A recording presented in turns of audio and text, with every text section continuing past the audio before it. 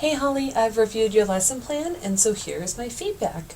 I really like this notion that you gave them the terms claim, data, warrant, and then you put claim in one day and data warrant in the second day of the lesson plan. That's a really nice split to the lesson plan. Good. So obviously you chose an evidence outcome that directly fits what you're doing, and I like your students will be able to. I think it's really clear what you want them to do by the end of class, and I think it'll be clear to them too. All right.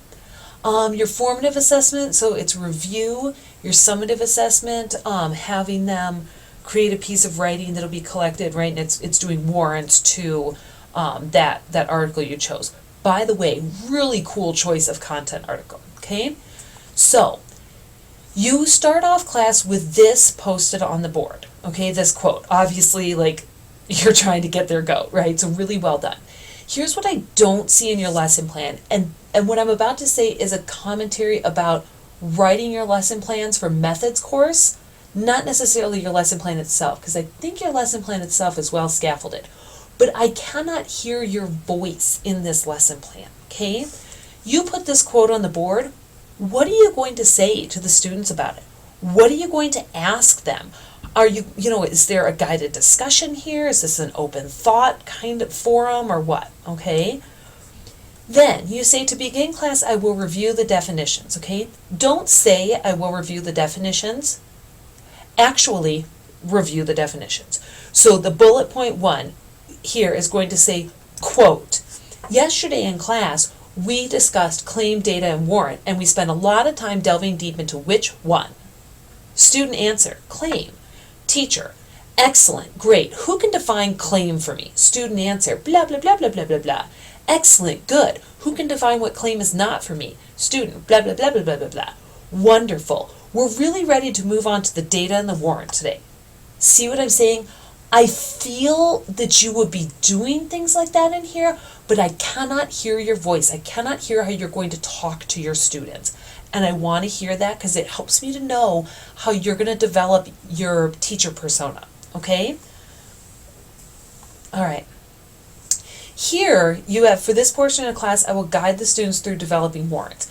Don't tell me what you're going to do. Actually do it. Quote, all right, guys, today we're really going to delve deep on warrants, right? We've got this article that has a whole bunch of claims, quite a bit of data, but there are no warrants tying the two of them together. That's where we're going to practice it.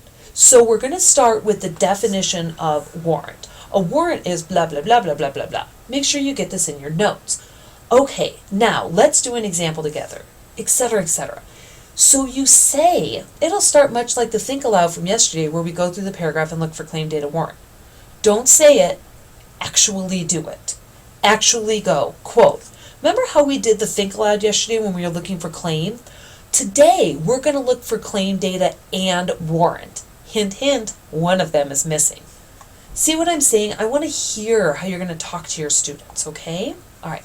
For independent practice, I love that they're taking this article where someone has very presumptively talked about them and not even done a really solid job of doing it. And so you're having them analyze this and come up with the warrants. I think that is a super cool idea. I never thought of that.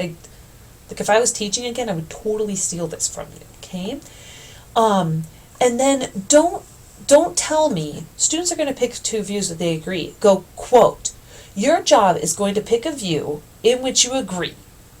Highlight the claims for that view, and then push forward and write the warrants for those. Now, don't forget, I want you to write warrants, and so I'm expecting you to write 2 or 3 paragraphs where you use the data and write warrants. Okay, see, that's how I would talk to my students. How is, the Holly teacher persona going to talk to her students? Okay? All right? Other than that, I think this lesson plan is really well done. I just want to see more voice in here. Remember that right now, you're lesson planning for a methods class, so that I can understand your teacher persona and help you develop it. You won't have to do those quotes and those exact words and things like that in an actual lesson plan in a real situation. But right now, because we're practicing, I want to see the full extent of your practice, okay? Other than that, Holly, great job.